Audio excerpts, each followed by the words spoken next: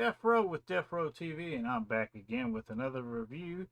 But before I get started on this review, please remember to like, subscribe, and share. Hit that notification bell so you can see more obscure stuff that I put out there for review. Now, let's get started and get right into this review. This is 1989's Sundown, the Vampire in Retreat, starring none other than David Carradine as Margulac, Bruce Campbell as Van Helsing, Jim Metzler as David, Morgan Brittany as Sarah, Maxwell Caulfield as Shane, Deborah Foreman as Sandy, M. Emmett Walsh as Mort, John Ireland as Jefferson, John Hancock as Quentin Canada, and some other sub-characters, Dana Ashbrook as Jack, Elizabeth Grayson as Alice. Just trying to go through the main names in this movie that has a lot of pretty big names in this movie, actually. Like David Carradine's pretty big in my book, so is Bruce Campbell. This movie automatically moves up quite a bit in my book of movies when Bruce Campbell is involved. But let's get started with this review, shall we? As you can see right here, we have the explanation of why these vampires are in the middle of nowhere. And to be totally accurate, this movie was filmed in Arches National Park in Utah. So, like I said, it's the middle of nowhere, desert area. Uh, I'll read it out for you here. For centuries, the vampire has had to feed on human blood to survive, hunted by day and hunting by night. But as times change and history evolves, so must the vampire. Realizing this, the powerful and righteous Count Margulac has led the last remaining vampires into hiding somewhere out west. There they are to teach themselves to stop killing humans with eventual hope of one day living in perfect harmony amongst them. Armed with sunblock, UVA, and B protected glass, nourished with fake blood from a synthesizing plant that will not work without the help of a human, and the true test of the vampire's brave new world is about to begin. And we jump right into this review, and we see as you can see here, this is David, and he's talking about and his wife Sarah and their two daughters, and they're talking about having to go to this town called Purgatory, which is what the town of these vampires is called, as Purgatory. Obviously, it's meant to be for something else. Anyway, one of the girls. She's real big into horror movies and that kind of thing. It's kind of funny. And she like put blood on the doll, made it look like a vampire. And the other kid's mad about it, so they're arguing with the parents. So that's that horror deal there. And here's so they're at the beginning of the movie. They're talking about he's having to go out there to Purgatory because of the machine that is being used to synthesize the blood from the plant is not working correctly, and he has the blueprints because he's the one that designed and created the machine. Moving on, because the whole point of you know having this machine, and this is part of what Margulac is trying to do, is the blood synthesizing machine. They want to make enough blood for themselves as vampires in this town, but also, and they synthesize enough of this blood, it can be used in actual humans as well as a way to not have to always rely on blood donations. So, what was once like what they call a copper town, because it was like copper mining in this little town. That's the story behind it, and they want to make it a blood producing town that they can eat themselves but also produce for humans as a way to gain back the trust of humans. And we see here this little butthole in the Jeep coming up here, and you see the three old men sitting underneath the little swing, canopy that's this little swing, and it's this is where you see Mort, Merle, and Milt is the name of the three that are sitting here. And the main one is M. Emmett Walsh, which is Mort. You see him in a second here. And this butthole pretty much rides up and knocks over their sign. Basically, this is like the gas station going into the town of Purgatory, of course. And he just kind of like knocks the shit over for some odd reason. And they're three sitting there. You can see they got the sunshades on, the big hat, the gloves, and everything else. Because the sun does hurt them, but they use something like 100 SPF 100 sunscreen in order to move around, but also cover up with glasses and everything else so they don't burn. Anyway, dude is pulling up to get gas, and they're wondering like, why are they here? So he goes in to get prepared to pump because they made it a full service gas station, not a self-service gas station. They were kind of arguing with each other about why they did that. And it's Mort's turn to service, so he gets up to go into the service station and put a bunch of lotion on and stuff while this guy stands outside just yakking and yakking and yakking. And of course, before he gets out of the Jeep, he takes like a ginormous bag of coke out and snorts it. I mean, what the hell is he doing? If I catch that little shot there, that shit is kind of hilarious, actually.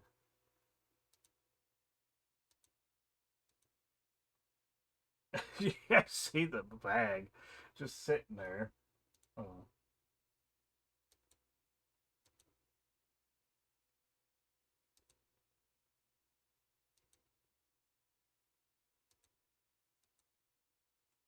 there we go.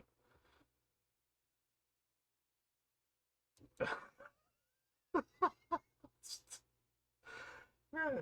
So he's pretty much, they're trying to give you the impression he's coked out the hell out of his mind. So I mean, it's yeah. Then he gets out of the jeep and starts yakking at the old man like, "Hey, how come you ain't doing anything?" And then of course Mort comes out there and starts pumping the gas, and he's giving Mort a hard time. You know, like, "What's with the stupid hat? What's with the gloves and all this other stuff?" And then Mort asks him what his name is because they're actually the three guys there. They're waiting on David to show up.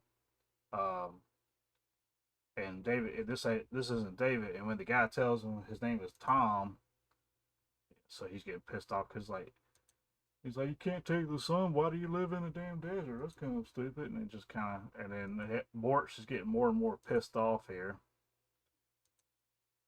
And he thinks he's being a smartass and being funny, not coming off very well. And that's why Mort says, "Your name wouldn't happen to be David Harrison, would it?" And he's like, "No, not really." Oh shoot, man. Tom Pryor on the name on the road to fame or whatever.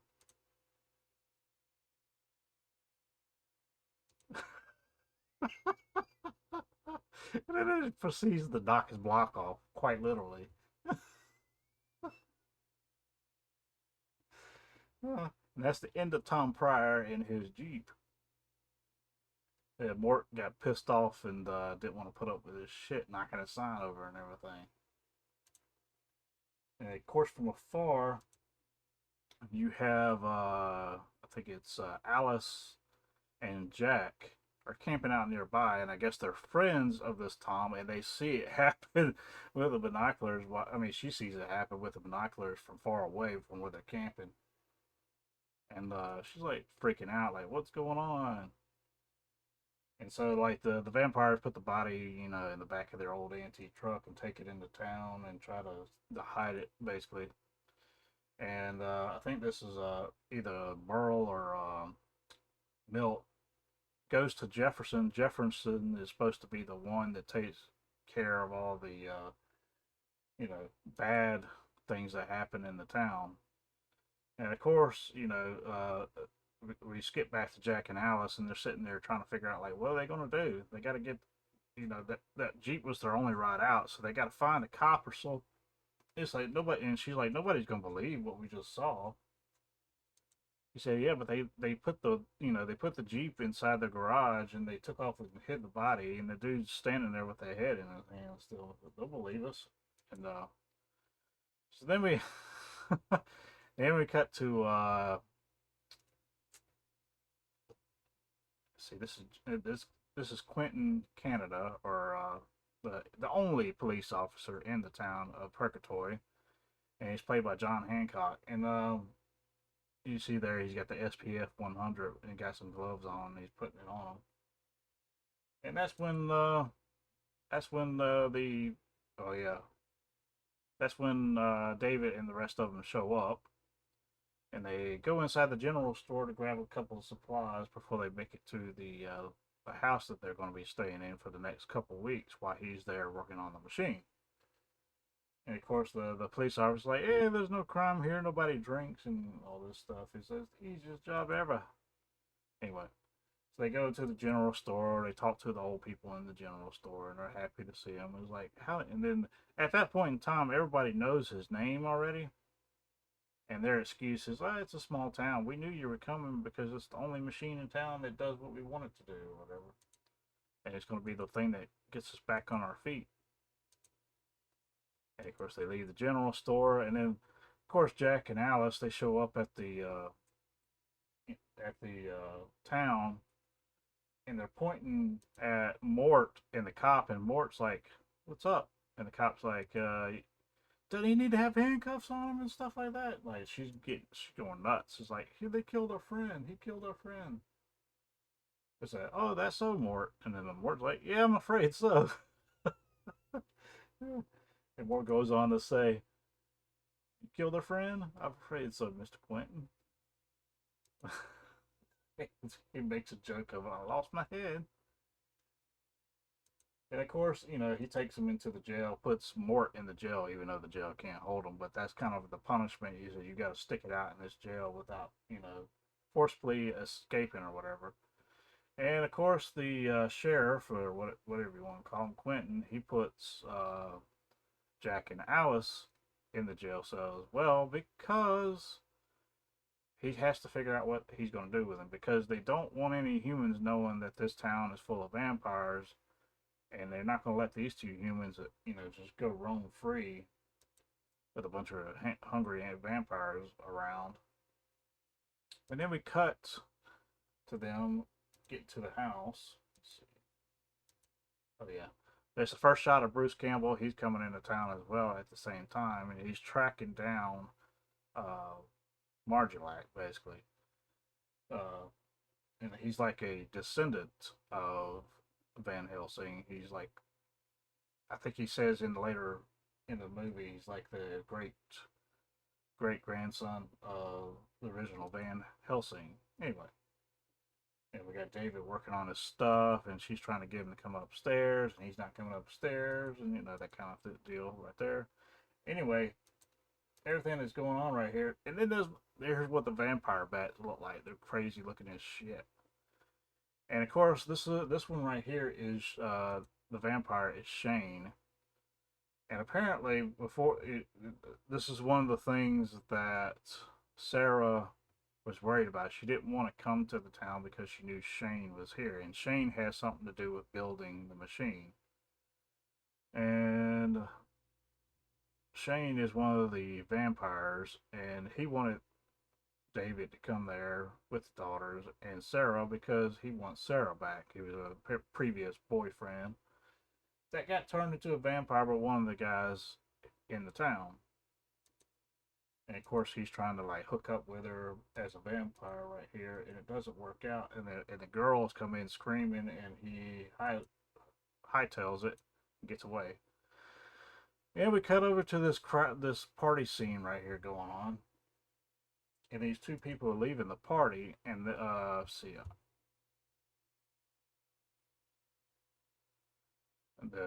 two characters right here is Chaz and Burgundy, and they're approached by Jefferson, and Jefferson makes them a deal. It's like, "I'll make you immortal and all this stuff. You just gotta help me fight the other vampires, kill them off, and then you'll live forever and do whatever you want." And so, yeah, he turns these two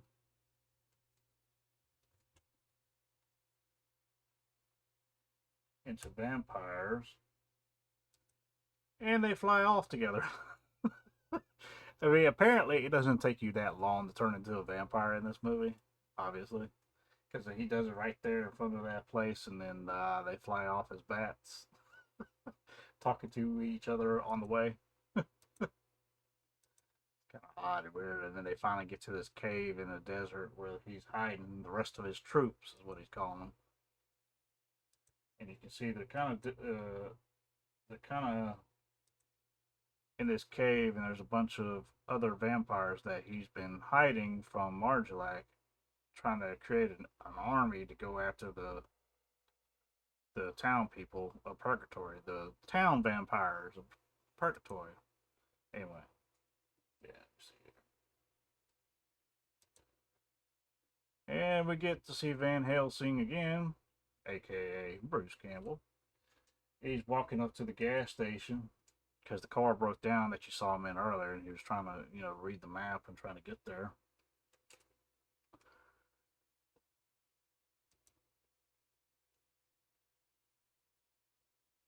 And he's talking to Milt, and he's talking to Milt and Merle here, and he's trying to ask them like, "Hey, you ever heard of a town called Purgatory? It's on this whole map, but it's not on any of the new ones." And they both just kind of like, "Nope. Well, it says it's this way." And it's like, "I couldn't tell you. This is as far as we go." And so they kind of like play it off like, they kind of play dumb with Helsing here, trying to make him go off somewhere else instead. But it doesn't work on Helsing, and Helsing decides to just keep on walking in. He wanted them to give him a ride, and they were like, "Nope, we ain't got a ride to give you one in." And we ain't got a tow truck to go get your car, and all this stuff, like, because his car broke down. And then we move on to the next morning, and this is when David finally is going over to the factory to look over the blueprints and look at this machine and see if it's why it's not working correctly. And he figures out that Shane here had messed up one of the valves. And whether it was on purpose or not, I think it was on purpose because he's obviously one of the bad guys that's trying to get back up with his wife and bring her into the fold. And we cut back to the diner. The diner earlier is where we see for the first time this is Sarah with the blonde hair. And Sarah is one of the newer vampires. She's only about 6 months, been a vampire for about 6 months, and she is not liking it at all. Because she's having to just kind of act like a waitress when she's not really a waitress. Because nobody eats here. All the food that you see on the table is just it's made to look like they're doing something. And the whole reason that they're doing this right now, they don't do this normally, of course, but they're doing this right now because they have David, Sarah, and the two kids there, and they're trying to make everything look normal to the humans that are there to fix the machine.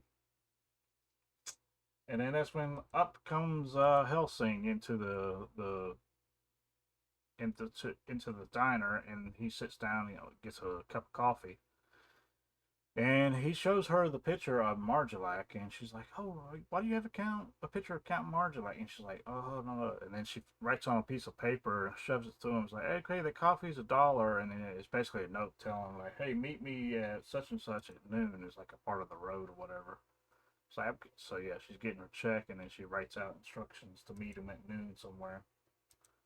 And so he kind of moseys on out of there, and then a whole Jefferson comes in there and tries to start shit. Doesn't work.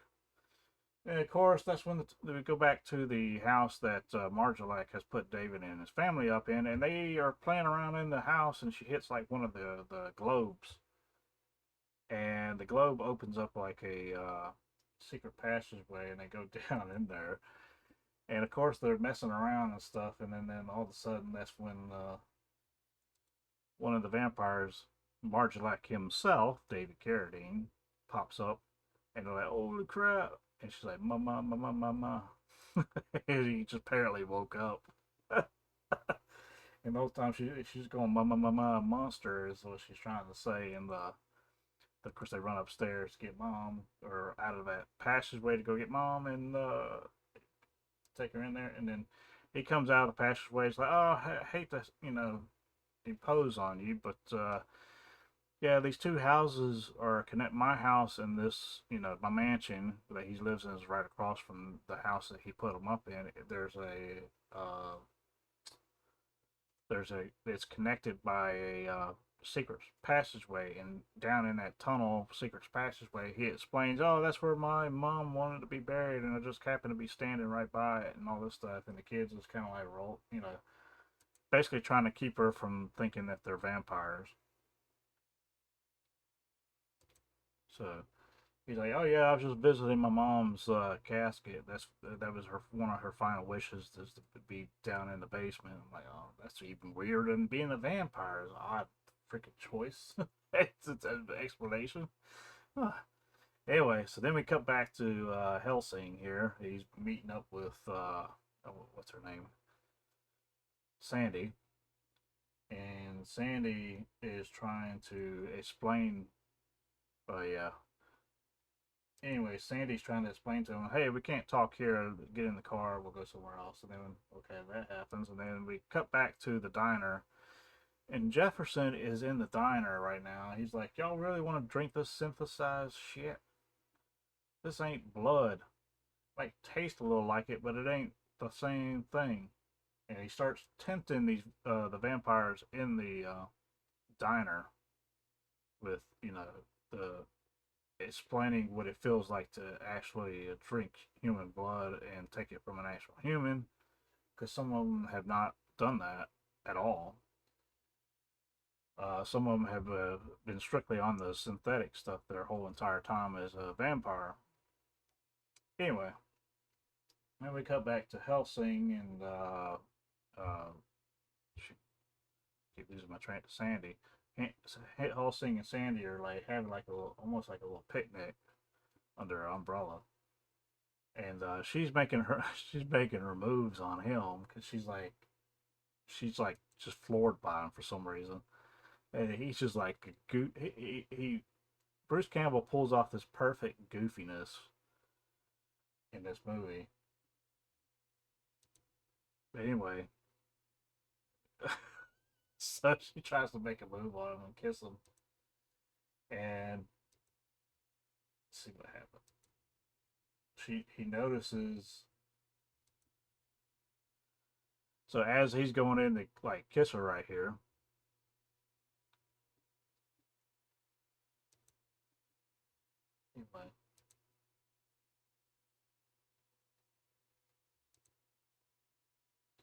anyway, I'm trying to show you the clip, but he ends up seeing like his reflection in the hubcap of the car, but he doesn't see her, so he realizes she's a vampire, and like throws her down and fixing to stake her. It's just like, no, no, no, no, stop, stop! I'll tell you everything you want to know. I just wanted to kiss you. I didn't want to, turn you into a vampire or anything. I was just trying to see what it felt like to kiss a man again. It's been so long since I, liked another person. Like she really likes him, or is falling for her pretty hard at this point. So he puts some handcuffs on her, and like as he's putting the handcuffs on her, though, he hears like a bunch of noise coming from across the way, and they kind of like go over the side of this edge of this cliff area to see what's going on, and it's in Shane and Canada, Quentin Canada, sheriff Quentin, whatever. They're talking, and the sheriff is trying like, "You need to open them boxes." Like, "Nope, can't do that. This is what I'm doing for Jefferson. I'm working for Jefferson today anyway." And they're looking at it from far away. They're trying to figure out like what's going on. And then, as you can see here, that's when Jefferson shows up in his car, and basically Shane's like, you know, Quentin thinks that Jefferson is there to punish Shane for being out here doing what he's doing. And then Jefferson just looks at Shane and says, "Well, do they work? Only one way to find out." And he's like, "Just about to find out." And so he's kind of laughing. It's like, "What are you gonna do with What are you gonna do?" Here's the thing, Quentin has a Jamaican accent, And so Shane, when he shoots him with the bullet, he says, "Don't shoot me a rust vampire." It's like, it's terrible jokes in this thing, but it's whatever. So he ends up shooting Quentin, which wouldn't normally do anything, right? But here's what they have done. He ends up killing Sheriff Quentin, and then he turns to Jefferson and says, "I guess it does work." What it is Shane has figured out a way to make the tips of the bullets out of wood, and as long as you hit the vampire in the heart, the wood splinters and shatters in the heart and kills the vampire instantly. So Shane has devised a way to kill the other vampires with Jefferson to take over the town, and that's when Sandy here is like, "Hey, we got to go see the Count," and then Van Helsing's like, "Yeah, that's a good idea. Why didn't I?" He's like, "That's where I've been wanting to go this whole time." So we cut back to here, and apparently David had like a little conversation with Shane, and Shane made the accusation that one of those kids, the blonde hair one, is actually his kid and not David's kid, and like they had an affair, And then David kind of brings us up with Sarah, and Sarah's like, "This is the reason I didn't want to come back here." He's like, "You realize what this does?" Because like at the beginning of the movie, he talks about Shane and how he beat him up in college and everything, and Shane's always kind of lorded over him with stuff. And now he's like, he's just gonna lord this shit over me now. It's like he was able to seduce my wife basically, and she's like, she's freaking out and everything. Anyway, after that little session that with Jefferson here, yeah, she's all upset about that. Anyway, yeah. uh, Helsing, and this is Helsing and Sandy going to the Count's house, or Count Margulac, and then we see the two girls show up at the general store, and the girl that is supposedly his daughter sees him and realizes what he is. He's a vampire. That's the one I had a dream about. Like, she starts saying stuff like she can see the things that he's got going on in his head, and she starts to tell the what I can see as a almost like a gypsy type person here, and she's like, "Well, tell me your dream, girl."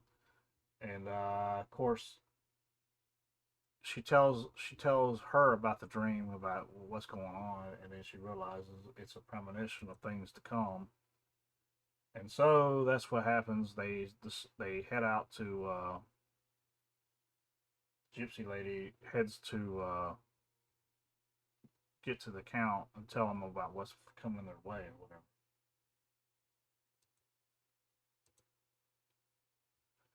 And at this point, Count Margulac shows up at the town because the people outside the people that were inside the diner were riled up by Jefferson talking about human blood and how good it is and everything is. And of course, the townsfolk are talking about the two humans that are locked up in the jail right across the road because they saw the friend Tom get their head knocked off by Mort, and so they're not wanting to let him go. Anyway, they're standing outside the jail cells talking about like, "Hey, sure would love to, like, hey, save us some blood in there, Mort," and all this stuff. And of course, that's when Count Margulac shows up and he's like, "Hey, we have worked a very long time to get to where we are. We got our."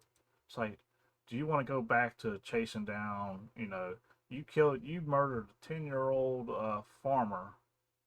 I said, "You really want to go back to that kind of life, running from place to place, murdering another person after another person just to stay alive? You really want to go back to that, or you want to live in peace and maybe give back to the humans that we have wronged?" And he's, giving a speech out front of the jail cell, trying to get them to disperse, and he is able to do so. He basically says, if anybody disagrees with me, I'm willing to fight them right now. I'm a lot older than you think I am, and a lot stronger than you think I am. And so, yeah, they all disperse, and Margulac goes inside the jail cell to talk to Mort and the two prisoners. Anyway, we cut back to Sarah and David here, and they're talking this whole relationship over again about being married and stuff. And Sarah's like, "I just want to go home. I don't want to be here anymore. I didn't want to come here in the first place." And so they kind of not really make up, but kind of agree they just need to get out of there. And then, of course, you had Margulac talking to Mort here about what he'd done, and Mort's, basically, down on his knees trying to beg for forgiveness, and Marjolac's like, well, yeah, whatever.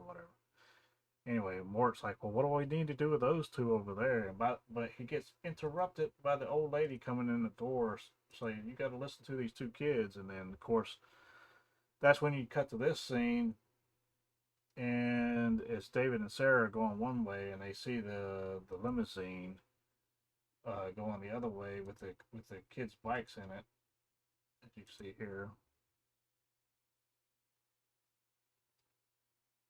She sees the two girls' bikes in that car, and like realizes the limousine's got the two girls in it. So he turns the car around to chase the limousine down, which is Count Margulac. Anyway, and we cut back to Helsing and Sandy here, and they're they're at the Count's mansion, and he's trying to get on top of the mansion to find a way in to do a sneak attack on Count Margulac. And so she's kind of going along with it, the whole reason being she's into him pretty good, and she's trying not to laugh at him, but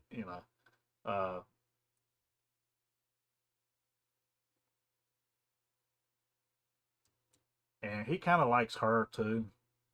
But he's like, that would never work. I'm a human. I'm a Van Helsing. I gotta kill you, or whatever. I gotta kill the Count. Anyway, so they climb on top of the building or of the mansion or whatever.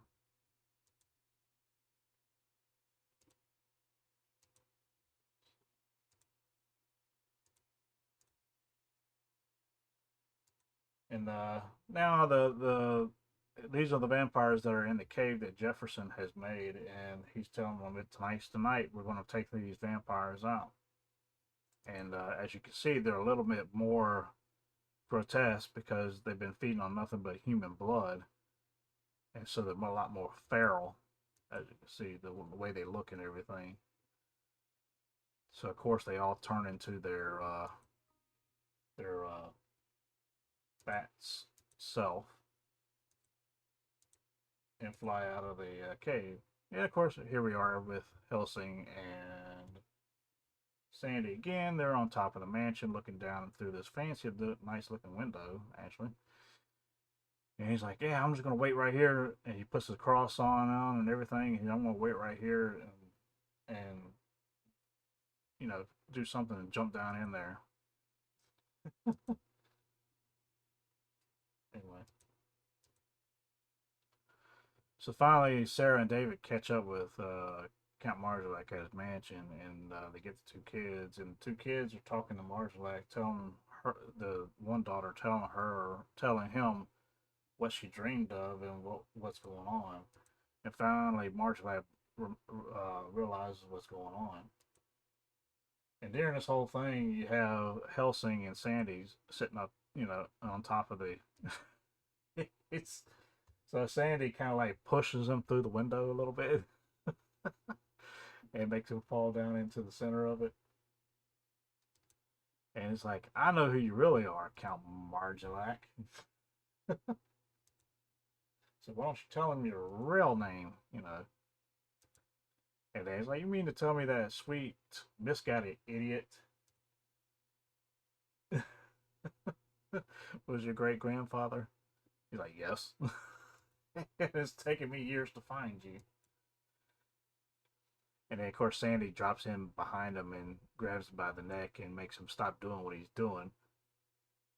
which she could have done the entire time. She could have, overpowered him the entire time, but she's in love with Helsing at this point, and Marjolac is, liking the prospect of integration between Sandy and Helsing here, and so Marjolac gives Sandy the go ahead to turn Helsing into a vampire. As you can see here, her teeth are out now. And we got Milt. We cut back to Milt and Milt and Merle sitting on the swing again, and at the gas station, and they see this crowd of westernized vampires riding up on horseback, and with the guns with the wood in them. And of course, I think this is Merle. He tries to get in there and get to the phone and warn everybody in town what's coming.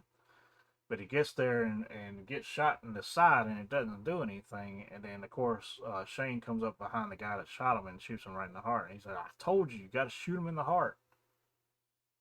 So the whole ordeal with the bullets is it doesn't, even though it's wood, it doesn't matter. You still have to shoot them in the heart with it's like shooting them in the heart with a wooden stake, but you're shooting them in the heart with a wooden bullet. And so that's what they're going by here. And of course, the two old men at the gas station are killed, obviously. And they start heading back into town. And we finally come back to Jack and Alice. And Mort kind of took it upon himself while they were asleep to turn them both into vampires. And he's like, it was one or the other. I could turn you into a vampire and you live forever, or you can die because they're coming here to kill us. Because he can sense what's going on outside. The vampires are coming there to kill him. He's like, so I turned you two both into a vampire. I figured you'd rather be that than dead. And so they escape the jail cell only to get out and find that the vampires on horseback with the guns and with Jefferson in tow, or Jefferson towing and with all his posse in tow. Blah, blah. You know what I mean? Anyway, so he gets there and tells him, you got a choice. You can join me, or we can shoot you down. And essentially, one of the guys joins him, and it's that guy there, the one on the right. And the chef at the diner tries to stop him, but as he tries to stop him, one of them shoots him. And so they all make way for they get to the synthetic blood factory and try to make a stand at the synthetic blood factory. And they can't quite hold the synthetic blood factory, so even though they were able to get some of the guns away from them. And then we cut back to Sandy and Helsing here, and you see Count Marjolac back there. He's planning on what his next move should be. And of course, his bodyguard over there is saying, "Hey, do we need to get the crossbows out and stuff like that?" He's like, "Yes, we do." And then, of course, Helsing wakes up and he's doing like this weird screaming and laughing at the same time. And it's because the dang cross that he had put on right before he jumped down in there was starting to burn him. Now, I think this happens with any type of vampire that, as it pertains to this movie, that is. So he takes the cross off and throws it off to the side. And of course, Sandy's like looking at him like, "That's my guy." And we cut back to the synthetic blood factory, and they're trying to figure out a way to get out of there. Now, David and Sarah and the two kids escaped. They made their way somewhere else. But now the two new vampires, Jack and Alice, are with Mort and the other vampires trying to hold off these vampires coming after them, as you can see here.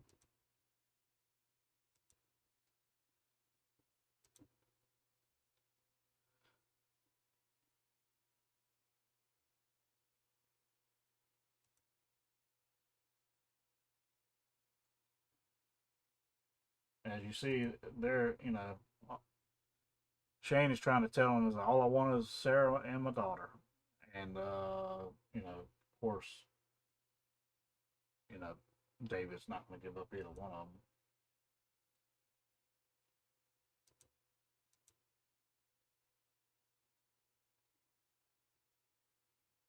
And that's when Count Margilac shows up, and he's like, "I never liked you, Shane." And then he starts to aim his crossbow at him, or whatever you want to call that. I don't know what the right term for that is exactly. Anyway, but before he can shoot Shane, the rest of the posse shows up with Jefferson on the back of the truck with horse leads for some reason. I'm not quite sure why he has horse reins on a truck. Anyway, so they show up and then they got to make a basically they try to get away and to make it back to Count Margilac's mansion, but they get split up from Sarah and the two kids. The two kids went to the house instead of the mansion, so they're across the road from each other, and the vampires are in between the two houses.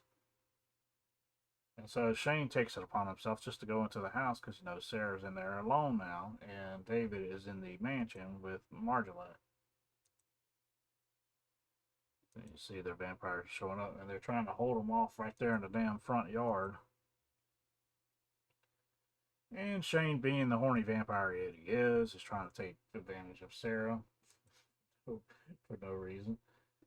But David has found he was able to go over to the house using the secret passage that the girls had found earlier. Using the globe, and he makes his way over there and tries to get. And like Sarah's trying to hold off, but because he's a vampire, he's using that eye trick, trying to mesmerize her. And it almost works until David shows up and starts to, yeah, there you go. Throws a little bit of holy water on him, shoots him in the heart, and kills his ass. And of course, because this whole time Shane has been mocking him and everything else, just being an evil ass dude. And David finally gets the last word in right here when he goes, "In the heart, Shane."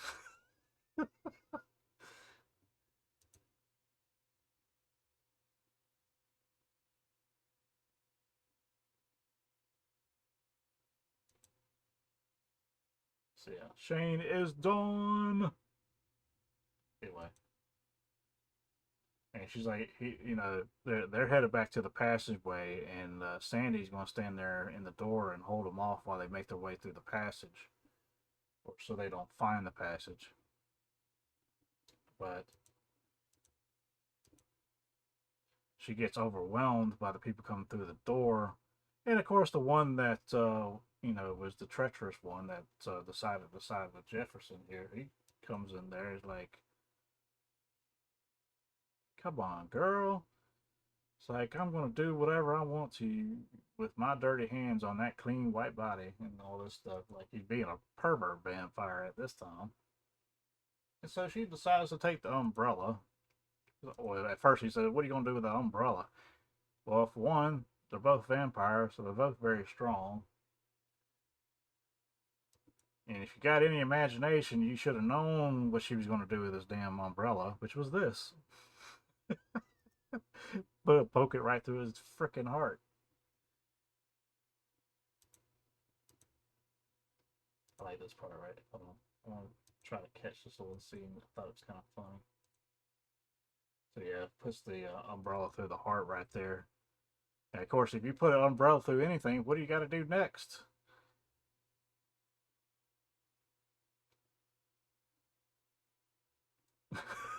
You got to open it up.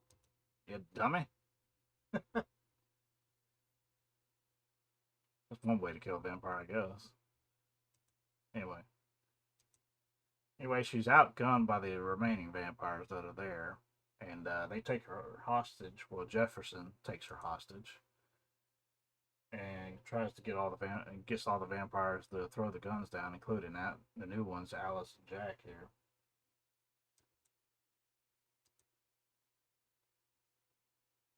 Jefferson's holding Sandy hostage here. Apparently, Margulac is fond of Sandy because she's a romantic, basically, and likes that Sandy has basically taken Helsing as her own, as her husband or whatever. Basically, he basically made Helsing a vampire because she loves him that much, or has fallen in love with him, or whatever. And so she's willing to give up the guns, but then he starts to bait Jefferson here with like, "Come on, Jefferson, why don't we do this vampire to vampire? You really think you really think you're as old as me and all this stuff?" And Jefferson takes him on. So they both strap one of those guns on, right? And then we'll do a shootout. Shootout. It's Jefferson against Margulac. And like I said, Jefferson thinks he's about the same age as Margulac, so he thinks he's as strong and as fast and everything else. But as you can see here, I'll pause it just for a second, just so I don't get tagged. Boom. There we go. But Margulac wins. Shooting Jefferson twice. And he was fixing to shoot him the third time, but he's out of bullets. And so Jefferson's like telling the rest of the guys to shoot him, shoot him. Anyway, and that's when David and Sarah are on top of the mansion, and they put up basically. David walks into the mansion and takes a sledgehammer to a bunch of wood and makes a ginormous cross and puts it on top of the mansion, and then sets it upon the vampires. And then here's the thing: in this movie, the vampires that have been feeding off blood start to melt away, like die from seeing such a the cross being put upon them. And then Margulac realizes, wait a minute, I'm not burning. And neither is Sandy or the other ones that have not drinking any blood. They've only been drinking the synthetic stuff or haven't drinking anything at all in Helsing's position. Even though that cross on Helsing burned him when he woke up, I think that was just the initial, I guess, transformation that would done it. But since he hadn't drinking blood since then, and probably never will, because they had the synthetic stuff in this, the cross doesn't affect any of the good vampires, I guess you could say. And Margulac takes that as a sign that they've finally been, forgiven for their sins. So the cross doesn't hurt them anymore. And Margulac, during the duel, had revealed to Jefferson, is like, you think you're as old as me, but you're not. I am the one true legend vampire, Dracula. And of course, that's what Helsing was alluding to the whole time in the movie. Is like, tell him your real name and all this other stuff. And it's like, yeah, he's the original Count Dracula, basically. So as you can see here, Helsing turns around, looks at the cross. He's got, it's kind of cheesy, but he's like, we have been forgiven. He's like, because the cross doesn't affect them anymore. That kind of thing. And of course, everything's back to normal in the little town of vampires. And he's, David's basically telling him, like, look, I can stick around and fix your machine for you. And Margulac or Dracula, whatever we want to call him at this point now. He's like, no, we have your blueprints now. I think we can figure it out now. And then once we get production up and running and more of the synthetic blood produced, we can actually put it to good use and start shipping it out and selling it and putting this town back together.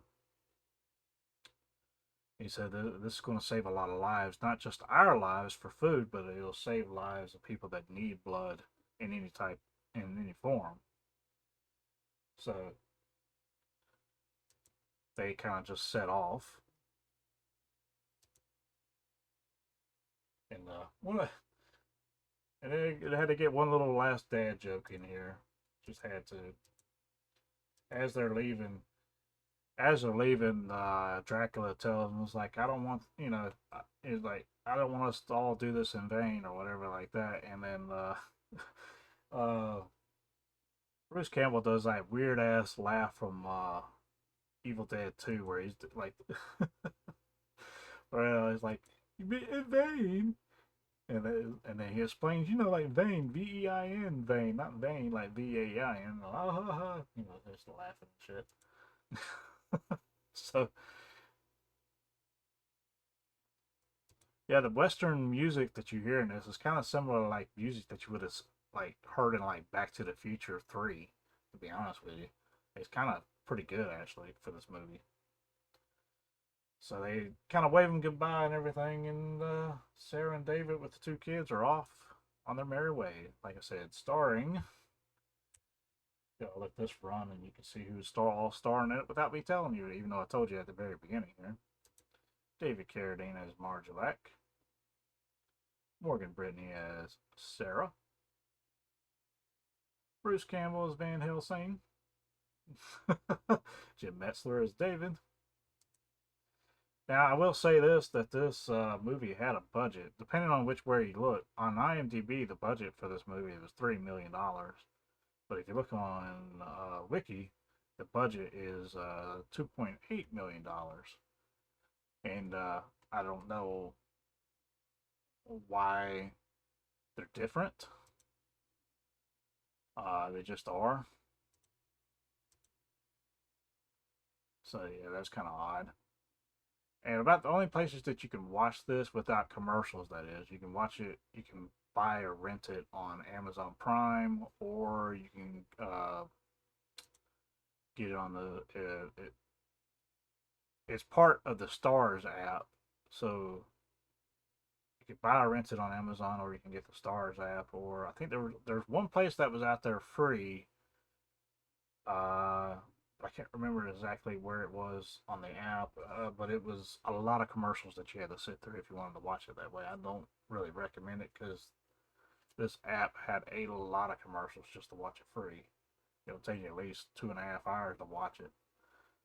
So I would suggest if you want to watch this, or I would just buy it outright. I have this on DVD, which is what I'm showing here. So that's all I'm saying.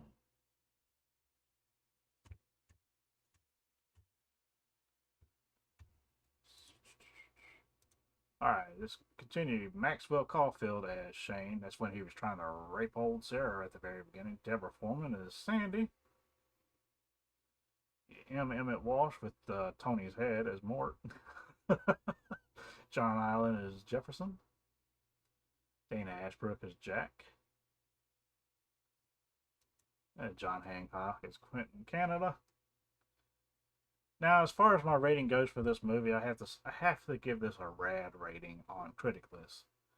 Now, where that's going to sit as a rad, I'm probably put it around like a shoot. I'll put it around like 82% rad. Might be higher than that. Might be lower than that. Go to my Critic List link and find out for yourself. As soon as this video posts, I will have my Critic List rating up there as well. So, here we go. John Hancock is Quentin Canada. Of course, you have the two people at the, there's Merle and Milt. Yeah. Can't let this play because this is funny at the end here. Yeah, there's George Buck Flower as Bailey. There's the two girls.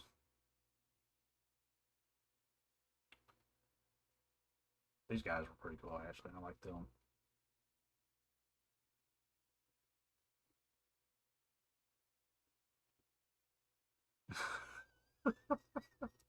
And then they give you the shout out to Tom there, to Tom Redneck Pryor, the cocaine redneck. Phil Esposito. Okay. But anyway, that's my review. Check out my Critic List to see my score. And that is me, Deafrowe, out.